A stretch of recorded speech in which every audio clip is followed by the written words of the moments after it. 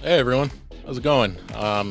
Yankees not here. His head kind of just blew up during the game. I saw it in my feed, so I'm looking at my producer feed right now. He's currently using some duct tape and super glue to get his cranium back together.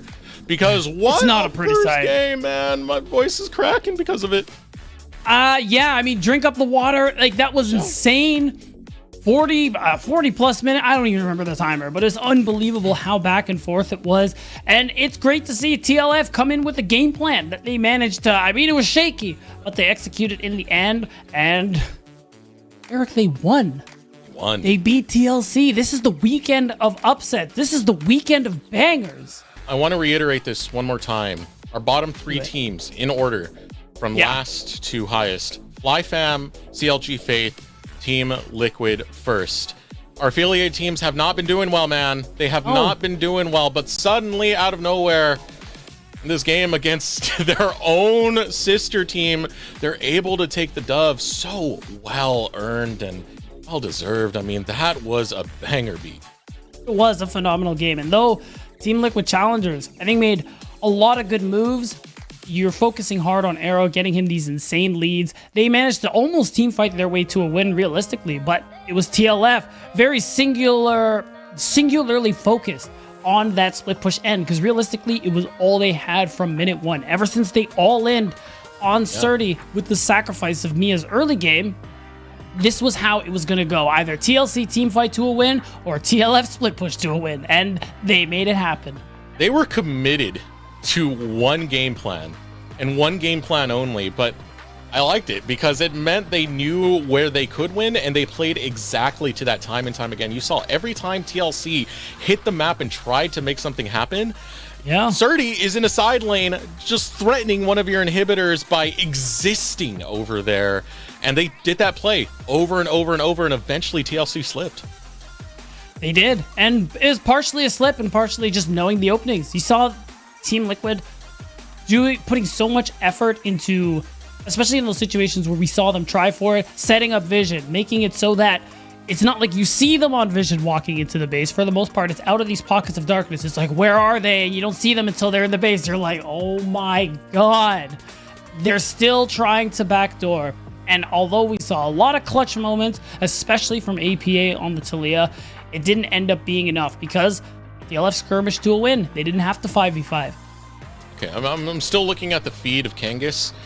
He's taped up most of his head. He's just struggling to get his mouth back into position. So. Yeah, I mean, there's a lot of, like, liquid. He's got to clean that up, too, you know? A lot of liquid. Good time to say that word. Yeah, right. I didn't even think of that, exactly. So, you know, paper towels. He's going to town, trying to take care of himself. It's brutal. But you know what? The game was great, though. And I personally think it was worth the sacrifice of Kangas.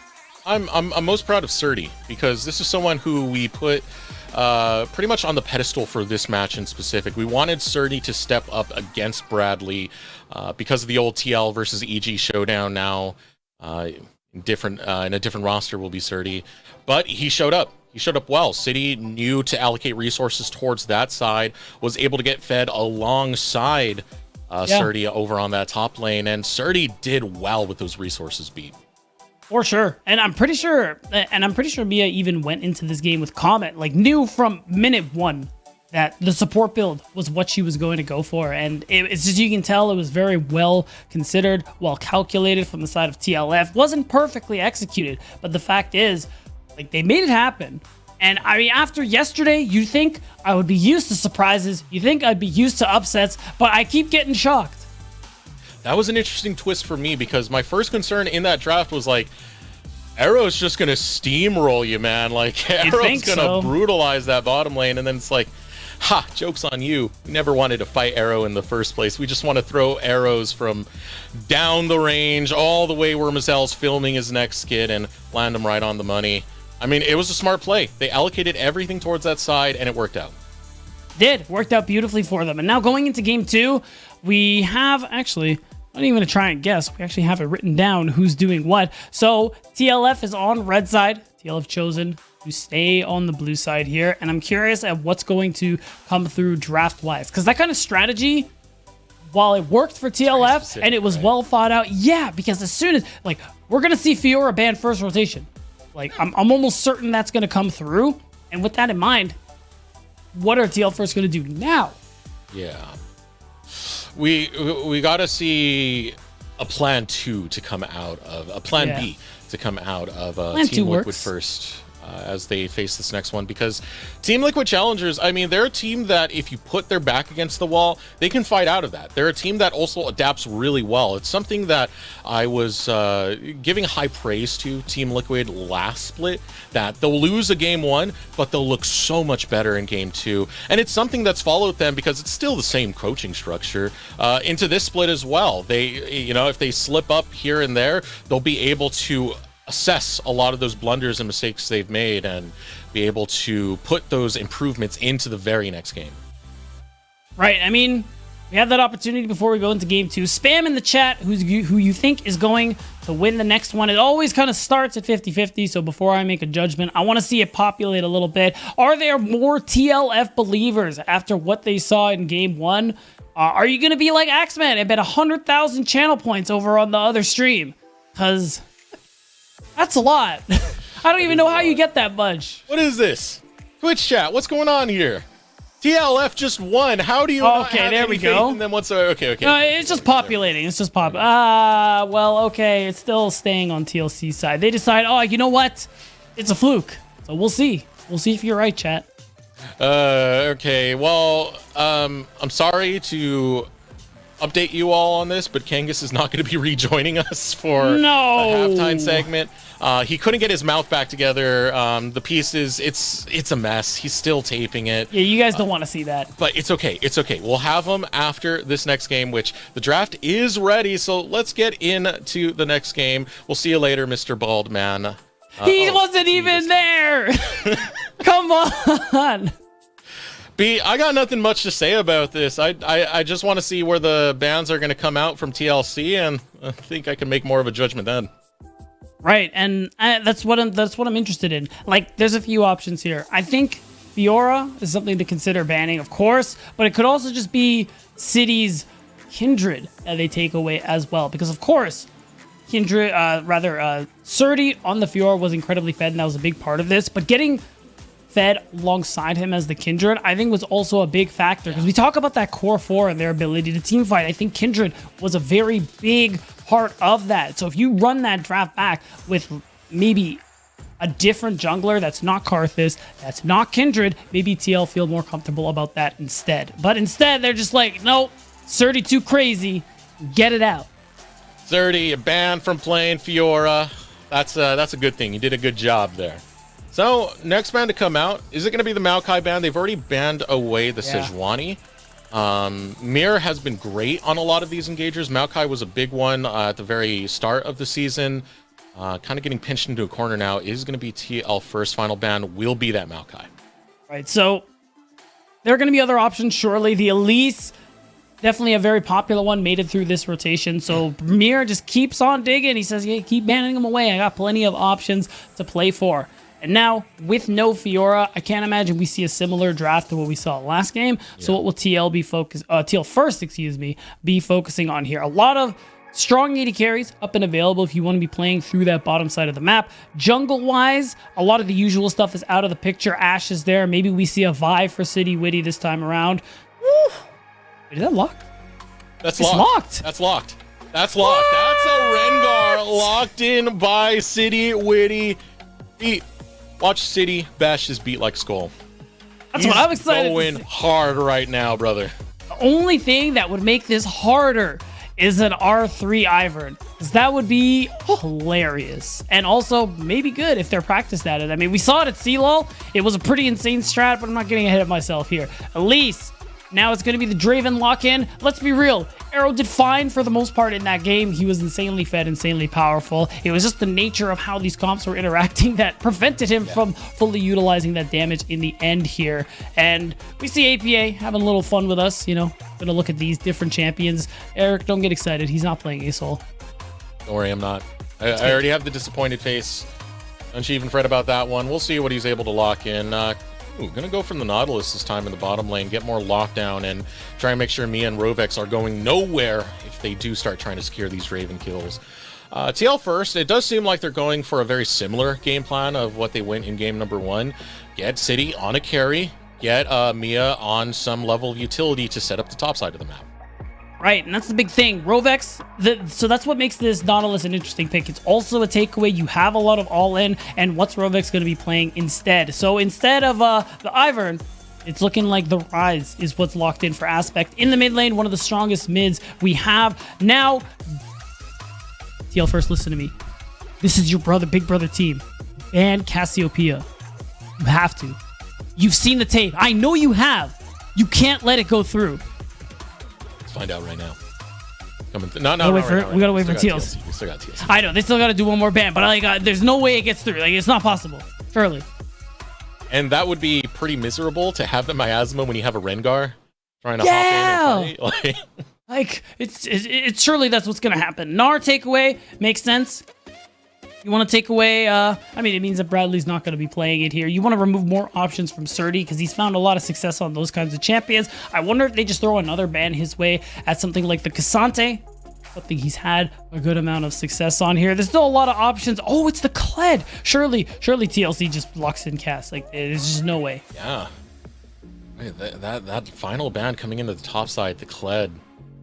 One more ban for TLC onto this one. Again, it does seem like the bot lane is to play support for the top side for Team Liquid first. Whereas Team Liquid Challengers, they do have a lot of hard engage dive now coming through for their composition. Yeah. I would be very afraid for this bottom side if they can't respond to that pressure. Final ban to come in. They're still targeting a lot of those solo laners, making sure that Surdy cannot do that same performance from game 1. Camille moved off the map.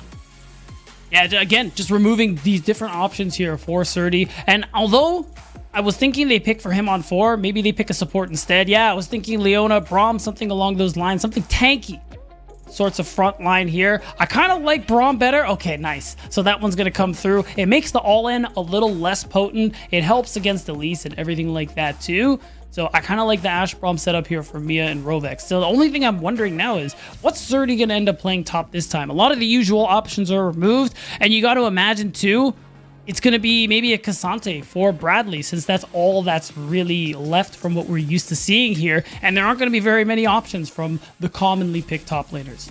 And it wasn't banned out, B. You were talking about it, left on I was talking about it. Okay, here's the thing. If you don't ban Cass, APA realistically could have played Tristana, Kled, like the situation was there for it. So they just have made that executive decision. They're like, okay, you know what? We'll let the cast through. We have to get rid of these other things. And well, we'll see if that paid off. I'm still erasing Tristana from my mind being in the mid lane, so thank you for that one, Beat. I was getting a little excited on the Gangplank. Bradley, I know, me too. I forgot about Gangplank. Yeah, I think he only had like 2 or 3 defeats all year on Gangplank last year, out of somewhere upwards towards like 20 games. So it was a very impressive performance out of Bradley, but staying standard instead with the Cassante. Be nice over there. There's no way. Surdy, you're not you that haven't guy. been drinking the Moose Hater Kool-Aid. All right. Gangplank going to be better. on the side of TL first.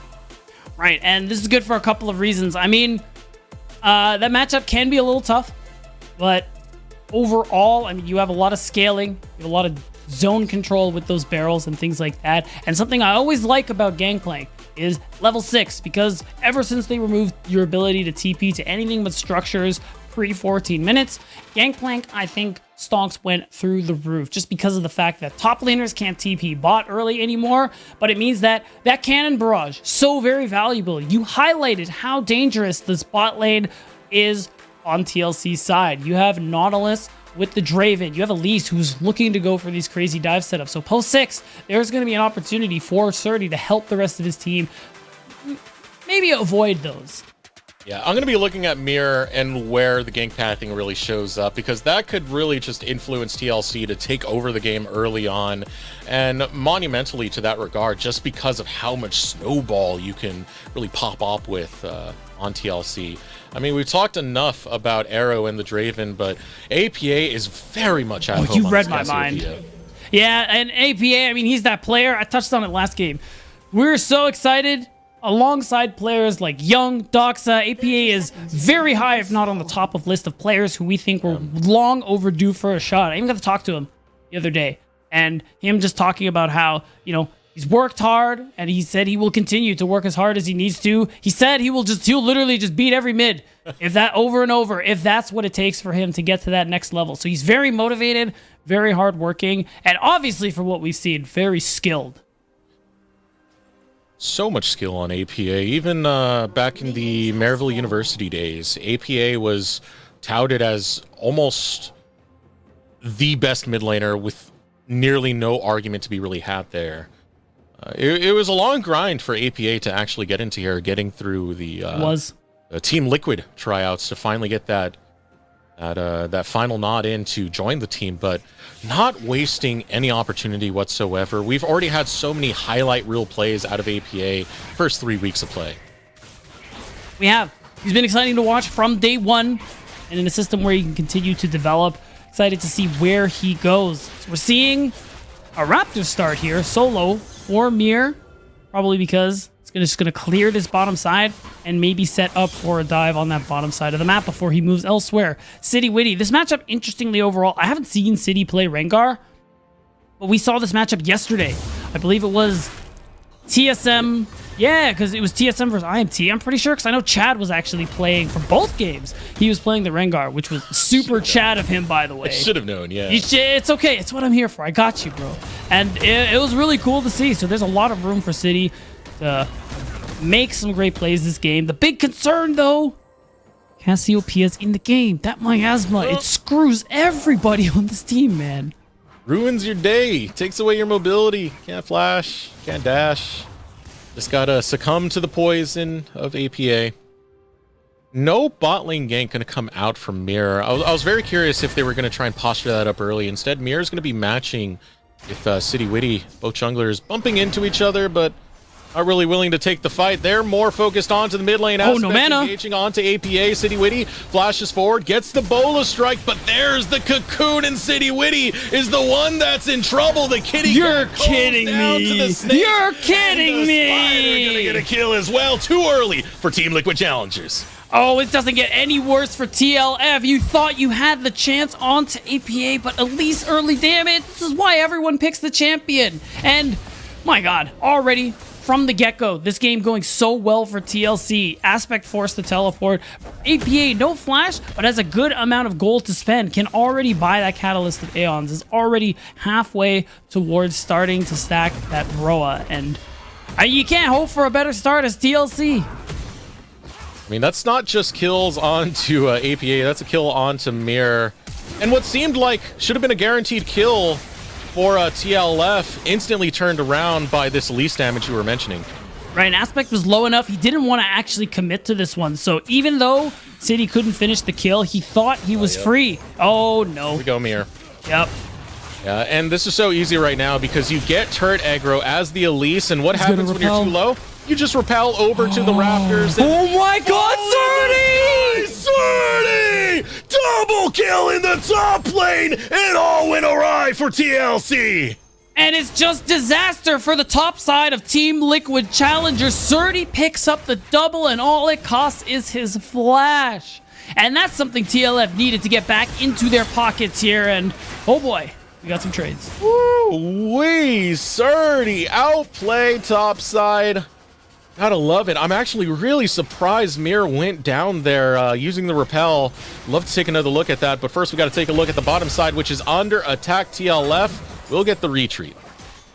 And all it's going to cost them is the heal. Waves coming back, so they're in a good position. And overall, I mean, Team Liquid Challengers still have everything that they want here so far in this early game. The only exception being this great outplay from Surdy. I think the repel expired, to be honest, or it could have been true, the Gangplank passive burning him away. He has it now, still has it, gets an auto, still has it. Yeah, he autos. Yeah, it's the burn. So while he's repelled, he ends up getting burned, and that second Tofo strike from Bradley just wasn't enough to make it happen. My God, well played, Surdy. He held on to that passive really well.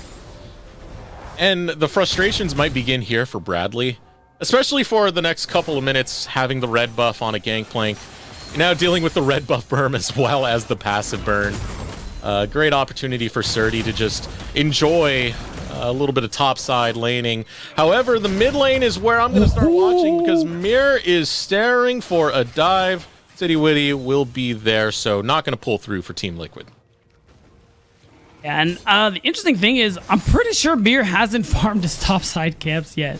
He spent a lot of time on this bottom side of the map, but I mean, it can be viable if you're able to consistently steal the respawn of things like Raptors camps, Gromp, etc. But I don't think Mir's been doing that either. But at least you have the spot lane that is going well. You have mid, who has a strong lead as well because of that early 2v2 kill, and you have this first dragon to play for. So overall, even though Mir might be falling behind in XP very, very soon, Team Liquid Challengers still have a lot to be excited about. The big thing, though, what I was highlighting, a dive that they might be looking for is going to be very difficult. Surdy's level 7. Cannon Barrage is up. So if they dive, if that wave's not big enough, TLC will be in a lot of trouble.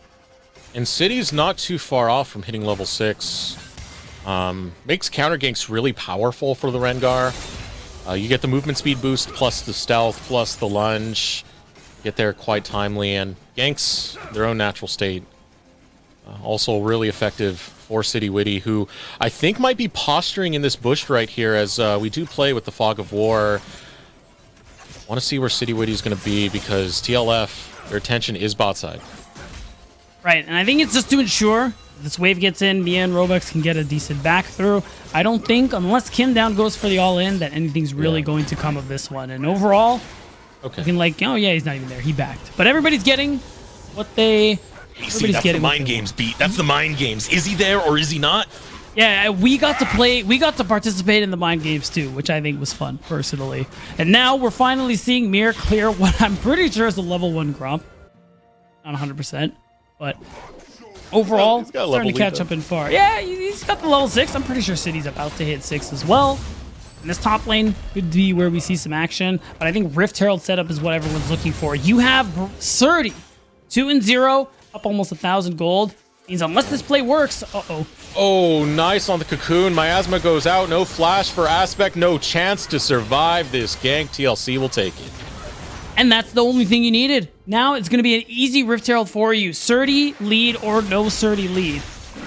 And you're going to see Kim Down, of course, helping set up some vision. This means Team Liquid Challengers get this Rift Herald, have an opportunity to set up a dive, get some turret plates, and continue to try and snowball this game. The question still for me is, where are you going to be able to drop this Herald? We know a bot dive is something very much in a possibility, but you still have to worry about the Gangplank ulti. No, let's just do it. Let's run it. Bot lane. Yeah, just send it. Throw out the Herald. You know, Gangplank ult comes out. Oh, well, I got Repel. It's fine. Didn't help last time. Maybe it'll help this time, you know? I don't think Gangplank's passive applies on his ult. You know, he's safe from Surdy this time. I don't know. We don't know, Beat. We don't know. Yeah, true. You never know, Surdy. Maybe Surdy's in Mir's closet. Use mine. Okay, every player who's doing well can't be in your closet. What kind of closet do you have that just fits all these people? It used to be a water heater closet. Oh, damn. All right, fair enough. Which makes it actually smaller than a walk-in. I mean, yeah, but bigger than a regular closet. I wish I had one the size of at least this dragon pit right here. Why? There's no... I don't believe you have that many clothes. I have a lot of clothes, Beat. No. I do. Just don't wear many of them. That's what I mean. I see you wear the same crap all the time. It's like, call it crap. I like my hoodies, Beat. It's not literal crap, but you know what I mean. I just can't say the other word. My bleep button is too far away. I should switch to my Team Liquid jersey right now, just so you can be flaming both teams. I mean, that would be perfect. Realistic. I mean, if there was ever a time to wear a team jersey, I think Civil War is perfect, because who knows who you're supporting. You can't be considered biased. You don't know, Pete. Yeah. Well, I mean, I hope you know. Isn't that the point? Well, Team Liquid Challengers don't know about City Witty being over in this top lane. I think they know. Now they know. But now that they do know, turret plates are being attacked, so I'm saving myself, Beat. Leave me alone. Yeah, no problem. And I like this respect from Mia, Rovex. They're just like, yeah, We can't be in this area. It's not okay. Oh, so Mia on the minimap actually managed to hit a long-range arrow onto APA. Did at least do the favor of allowing Aspect to push this wave in a little easier. But, oh man, Eric, we're seeing a repeat of game 1 here. This turret is gone, and they're going to use the Herald to ensure it. But this time around, Surdy, I don't think is going to be able to do the same thing he did on Fiora this game. So TLF, I think, are much more likely to struggle here. On top of that, City Witty has burn ultimate, so that's going to be down for a while longer. I believe City thought they were under attack a moment ago when Bradley was posturing forward, but that's the mind games you can really play out right there. Oh, yeah. And with that, that means Surdy is not getting that monstrous lead like we had in the Fiora game.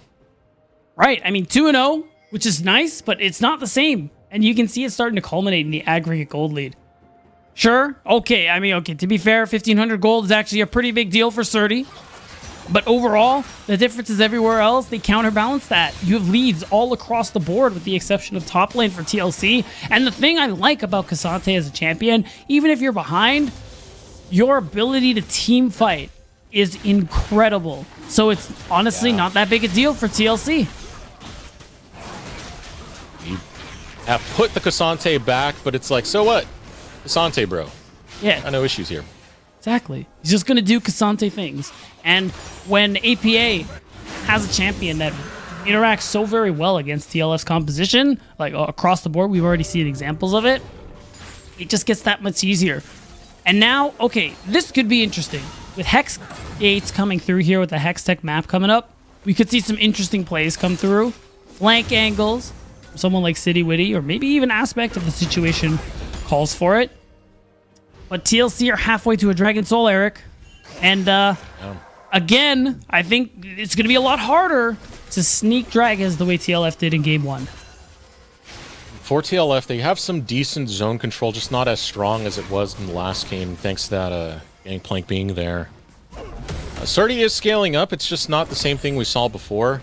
It's going to put a lot of pressure onto Surdy to still be at least a late game powerhouse, because you're dealing with a lot of late game powerhouses over on TLC side. Cassiopeia, APA being one of them.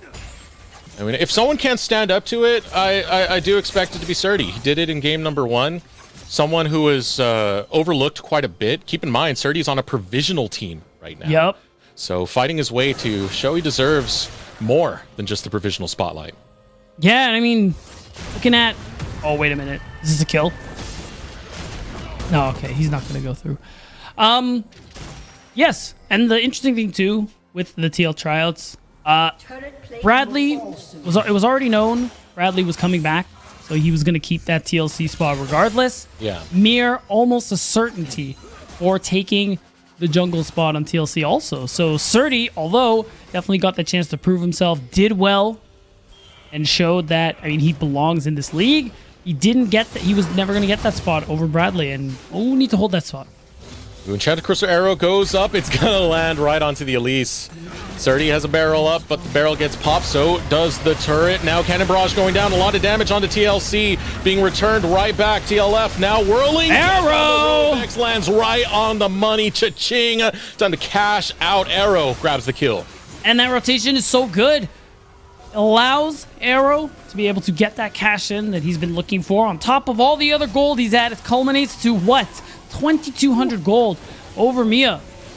And this is a much different look than the last game. Mia is going, I'm pretty sure, nope, still going the support build. So that kind of helps things a little bit. But overall, Arrow getting ahead is a good thing. And just responding to this move topside, even though the Enchanted Crystal Arrow is good, you just have this all-in coming through here, and even with the Cannon Barrage, you can still keep on chasing these kills, and it just sets up Arrow perfectly. Oh, baby! Look at that angle.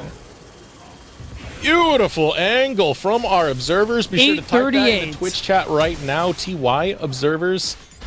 Some great stuff right there, but you're kind of seeing the situation that we have at hand. That's Fiora comes online much earlier. Gangplank does not. Needs to get a little bit later into the game, and even with a lot of that AoE damage that was coming out from TLF, TLC still brute force them. It's going to be a while before we get TLF in the spot that they need to be. Right, and if we just take a look at items and the major spikes coming through here, I mean, APA is at 2. Once those items start, or rather finish stacking for the Roa and the Seraphs, he's going to be a monstrosity. We don't even see the Seraphs or the Archangel staff come through for Aspect just yet. That lead really starting to show itself in the itemization, and Arrow's at 2 items as well. So this is the perfect position for Team Liquid to just continue pressuring and knocking down these outer towers. You have the Rift Herald that you got for them yourselves. Just get that gold into APA's pocket on the top side and continue pushing Vision Line into this top side of the map. And it sets you up perfectly for this Dragon in a minute's time. You shove this top wave, you recall, somebody on the side of TLF has to answer it. It's such an easy rotation for TLC, and they can keep it running too if TLF don't respond to it, and that's exactly what they're doing. Good rotation coming out from Team Liquid Challengers to cut off this path for Team Liquid first. We'll get another charge in by Shelly and take down a second tower. Back-to-back for APA, 2K lead against Aspect. So that's a call where they know they're going to be late for this Dragon, if not maybe giving it up entirely. Only Mir is going to recall, and the rest of the team are walking up. Okay, City. Calm, collected, patience, will not be caught out by Team Liquid Challengers. Still has the ultimate going down. Kim down, taking a awkward route right there, but no real threat to come out from TLF. Bigger picture is going to be 5 seconds. Dragon will be spawning. Right, so Mir got the recall, got to spend some gold, and is walking his way back to this Dragon Pit. And that gold difference, the fact that TLC know they don't need to back, got them all this priority. They just walked their way down with the exception of Mir, use that gold lead they already have going for them to be able to brute force their way into this Dragon Pit. That's the sole point for Team Liquid Challenger. And, I mean, this is the kind of matchup we were expecting going into today. Dragon Soul point for Team Liquid Challengers. Much better game coming out of them in this game number 2. They were able to control the power point of TLF, which was that top side, and they got Arrow going at least a little bit earlier with the cash-in. More importantly, Bradley just has control in the side lane now. Still trying to fight it out with Surdy. Ooh, Surdy exchanging, but Bradley! Oh my word! Brute force! Surdy will go down, and even Aspect can't cash in on the revenge kill. Bradley will get out. Oh, big play coming through here. You get that cannon barrage out, and you still come out on top. Surdy wasn't ready for Bradley to go all out. And that means the pressure is mounting for the side of TLF. You commit a lot to try and stop that from happening, so what does it cost you? Vision line once again. You can clear up some of your jungle, but you can see Mir and the rest of Team Liquid can have this vision. Oh, City, you're not going to do this, right? Okay. I was going to say. He's just posturing. Oh my god, if that hits. City's... He hasn't found much on this Rengar. Hasn't gotten a kill, hasn't gotten an assist. You know, Duskblade is done farming decently well, but we just haven't seen much agency, much impact out of this jungle pick. No, it's been a slow... Oh my god. Oh, nice cleanse out of Arrow, but there comes the hook. Returned Rovex. Able to get the Glacial Fissure, but knocked into the air and pulled through. Mir will grab that kill with Bradley teleporting into the mid lane. Team Liquid Challengers asserting their control over the side of the map that belongs to TLF. Yeah, with 3 minutes away from the Dragon, they're just putting this vision down here and going for the recall because Baron is the next thing to play for. You get another pick like that, Team Liquid Challengers are in a spot where they can happily just go ahead and start the Baron up. So now they're just making it difficult for Team Liquid first to traverse their own side of the map and actually contest for these objectives. You highlighted it for Surdy also, Eric. You want to scale up a little bit? Well, the two big win cons for Gangplank these days have been achieved. Level 13, and you have that Navori Quick Blades picked up. So, I mean, we saw the bit of damage Surdy was able to do, and the team's going to have to lean on him a lot if they want to come out on top in these fights. Aspect in the bottom lane just grabbed an objective bounty, so something back for TLF. Ooh, there's the annoyance of that miasma. Especially in these choke points, they're just... it can be crippling to have to get through. But this is TLC right now. They're just playing with TLF. They got vision control on the Baron side of the map. dancing them around, not allowing them to set up on the map. And we can't have the same situation from TLF. They don't have a side lane play to really go for. Nope. So they're forced to dance to TLC's tune. Right, Aspect forced to clear out this top wave. It's worth noting there is a pink ward available for kind of deep into TLC's jungle. We could see the teleport from Aspect come through, but he doesn't want to risk it. They're just going to walk through. Cannon Barrage comes down. Major ultimate going to go down. Kim down. Pulling on to Rovex. Falls to about 3/4 health. Oh, City engaged on by Bradley. Comes out from the flank. Mir grabs that kill. Another hook to come in. This one on to Rovex. Pulling him right back to his death. Bradley will chase down for that kill. Will not actually be able to get Rovex. A lot of good kiting coming out of TLF. It does get the health bars lower and lower for TLC, but still, no jungler. City Witty did fall. Yeah, it's not enough. They have to be able to stop this on the side of TLF. This Baron could ruin things for you. They have the damage. Here we go, going forward, Kim down. It's a trade.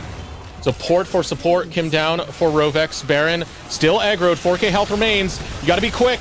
Team Liquid first are not going to be able to get in time. Enchanted Crystal Arrow goes out. Aspect posturing forward. Gets a bit of chip damage onto APA, but the escape route planned for TLC will move out to the side of the jungle. And TLF, it's slipping. This game is slipping from their hands quite quick. Very quickly indeed, Eric. Those empowered recalls means it's very easy for TLC to recall fast, get back on the map, spend all the tremendous amounts of gold they earned for themselves, because now they find themselves 6K up. And City doing his best to set up for this dragon, but it's TLC who have their sights set on it. They're already back in the area. TLF know that they can only do a cursory glance, a cursory clearing of vision, and which really just amounted to that one pink ward. They have to back away at this point. You see them, they might actually concede this soul, but it's such a big buff. Oh my god. Posturing forward, Team Liquid Challengers, they have easy control of this river and gonna play around with some of this poke, both in the Enchanted Crystal Arrow and the Gangplank Barrels. You want to get more on to Arrow. Can't quite get towards that backline. Just look at City, look at City. Ooh, City is on the flank, but getting noticed right now. Mir cut out in the Dragon Pit. Surdy getting a bit of damage. Petrifying Gaze comes out. APA looking Mir's low. through. Whirling Death runs out. Surdy forced the flash out of the Dragon Pit. Caught in the wall. City Witty trying to find an escape, but the only thing he finds is the fangs of Mir's Elise. Aspect critically low. So is Surdy and Rovex, but there's the hook of Kim down, finding its mark onto Aspect, and Team Liquid the teleports. They will bait in Team Liquid first, and they will find more kills as APA following through with the teleport. Nets in Rovex, nets in Surdy, nets in the whole damn team for the ace Team Liquid Challengers. And this is the Team Liquid Challengers we're familiar with. They're getting everything they want. An ace, the soul, and all these outer structures. Only this mid-tier 2 is available. And TLC playing out of their minds this game, trying to even out this series after what happened in game 1. And honestly, I hope we get a replay, because that team fight was some insane teamwork from this TLC roster. But at the moment, TLF hanging on by their fingernails. Not a whole lot for them to really cling to, rely on, hope for, as TLC are looking to close things out. And that collision call-up, APA looking beautiful, but Mir as well, someone who dominated the LCO, went undefeated in the second split of the LCO, incredibly talented. We knew him more as like sort of this Lee Sin aggressive player on this Elise, setting up Team Liquid Challengers so well, being a big pick. And speaking of big picks, Kim down, looking for one on to Mia, has to back out, taking too much damage from the tower right there. Bradley charges forward, has the rest of Team Liquid in the back pocket, and Mia oh my god, from a long distance, double kill found by Surdy, but Surdy running low. City Witty flashes over the wall. Aspect looking for the combo, but returned is the axes of Arrow, dominating Mir. Will get that kill onto Aspect. 2-4-2. Wow, Eric. We had a 40-minute banger in that first game, and now 25 minutes and TLC are knocking on the base doors. Mir has just been, oh my god! Woo. Oh, Mir gets dropped by Surdy. Shut down, and that means no more siege for TLC beat. I really thought that the wave was just going to come in time for him to walk out, but he couldn't. And oh, the arrow! You're kidding. APA in a bad spot. Will throw out the Petrifying Gaze. Surdy has to retreat. Oh, good timing to come out to stop the damage that could have come through. Arrow did knock out that barrel before it popped onto Teleports. APA. And Bradley's on the flank. Big Bradley's here to become Chadley. The next step in the evolution. Takes down Surdy, takes down Aspect, and Team Liquid first head for the hills. And the Siege is back on the menu, everyone, and TLC are knocking on the base's doors once more. There's only 2 people left. The rest of TLF still have to try and fight this one out. But you know TLC have this opportunity here, and as I say, you know it. Okay, the next wave is here. They want to commit. Oh, on the flank, City Witty. What can you do with those health bars, though? Oh, already my. one's gonna fall down. Depth charge going out on the City Witty. He's not gonna survive for much longer. This is the big team that we were expecting coming into this season. Team Liquid Challengers, back-to-back Proving Grounds champions. The next chapter still continuing within this roster. APA caught out between 3, but look at the Nexus. The rest of Team Liquid Challengers have found the win to tie it up. And not only do they tie it up, they tie themselves up with Cincinnati Fear, Eric. 9-3. Last time we checked, that is first place. So TLC climbing their way back to the top. But props to TLF for just a moment there. Because that game one, I think that game one strategy was really clever. And even though it was shaky, they managed to make it happen in the end. And it was a sight, that's for sure. And again, back to Surdy. Surdy was overlooked by all of these other teams, you know, all of our other franchised, established, affiliated teams. And despite that, still shows up, gets onto a provisional roster alongside Team Liquid first, and puts on performances like that, individual performances like that. I love to see it out of Surdy. It shows that Surdy is not letting that that non-pickup phase him, and that he's still ready to learn and grow and prosper. Even though it's a tie day, it's a well-fought victory coming out for both squads, and gotta appreciate that to that extent. But we're gonna take a moment to throw it over to break. When we return, we'll have Kangas with an interview with Team Liquid Challengers. Hello everybody and welcome back for our post-series interview with Team Liquid Challenger Kim Down after splitting the series 1-1 against Team Liquid first. First of all, congratulations, ending the day on a win, Kim Down. Thank you so much.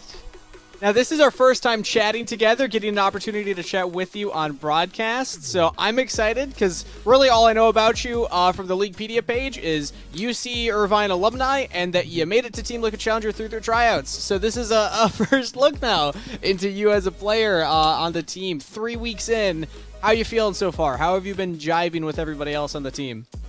Pretty good. My teammates are really nice and they're also really passionate about this game. And I think I've been going along pretty well together. Nice, nice. Has anybody been giving you a hard time? No, this should be not at therapy all. too, if you need to out anybody. No, not at all. They're all friendly and nice. All right. Well, I wanted to ask a little bit more about the tryouts because obviously that's the first time that I got to see you. I was doing some co-streams with the tryouts during the time. And obviously with 3 other players that you were directly competing against, having them kind of be public tryouts, what was that whole experience like for you? And what was it like to get the news that you were selected for the team? So at first when I joined the tryout, my mindset was to learn more and then just have more experience, like playing in the academy tryout. But once I got selected, it was definitely surprising, and I think my life changed into a different direction for sure. Because you were at college at the time, and if I'm correct, you're now no longer attending school. You went from class to the Rift full time now. So what's that experience been like for you? Were you nervous at all? Because that's a big life decision to make. Yeah, it was. I was pretty close to finishing my school, but then I did not want to wait another year to choose this path. So I think I just decided right away. It was a tough decision, but I think my family and friends were very supportive. That's nice. So you were in your junior year then, going into senior year, or do you literally only have one more semester left? Because oftentimes people graduate in the spring. Oh, I have one more year left. One more year. Okay. I was like, if you were one more semester away and you made this jump, that is actually insane. So one more year, okay. Still pretty crazy, but maybe a little more manageable. I want to talk about the series a little bit because obviously it was a 1-1 split against Team Liquid first. What was the team mentality going into game 2? Because we had you as favorites in the series. You lose game 1. What do you do as a player and as a team to kind of reset getting ready for that second game? Definitely, we didn't want to make another mistake, and I think we were focusing more on protecting weak side, and I think we did an okay job on doing that, and also we kept snowballing our lead, and that got us the win, I think. You're also piloting more of these engage supports, which is kind of what, from the tryouts, I was most impressed with your play on. So is this just comfort? You're saying that, hey, even though everyone's going the Caitlyn's, the Hybrid Dingers, give me the Leonas, give me the Nautiluses, things like that? Arrow is really good at playing Draven, which is like, I think one of the strongest AD carry. So, during practice, we think that playing Draven with engage support will mostly win any range support comp. So yeah, that's how we dealt with it. Now, is that a call from Arrow's side? Because obviously, you're going from playing collegiate to now playing semi-pro with a player like Arrow, who's got a long legacy in the league. How often do you find that the two of you are working together, or is it mostly, you know, you're just letting him kind of tell you what he wants you to do, and you're just trying to get warmed up into this scene? Mostly, I think. At first, definitely, Arrow taught me a lot of stuff, and he was telling me like what to do after the game. Mostly feedback. It's like I should have done this or I should have done that, and I think now I think I'm started to like really understand the concept, and then try my best to do it by myself without making Arrow talk to me about it. Yeah, now you're trying to get ahead of it. You're like, I know what you were going to say, so I'm going to work on it. What's an example? Can you give me something that you're proud of that you've already seen yourself improve in this early in the season?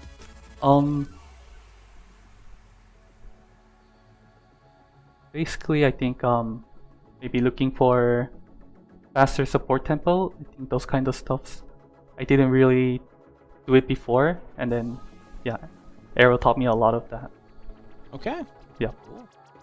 Getting out onto the map, getting around the map as quickly as possible. Now, I want to end with something more personal about you, because we were chatting a little bit before. You said hobbies outside of League of Legends. You a little bit of a musician. You're learning some guitar. How's that going so far? How many years have you been playing for? I did play it during my high school, but didn't really like get tutored or anything. Okay. Self-taught? Yeah, self-taught. So it definitely does take me a while to like play a song or learn a song, but it's pretty fun doing that.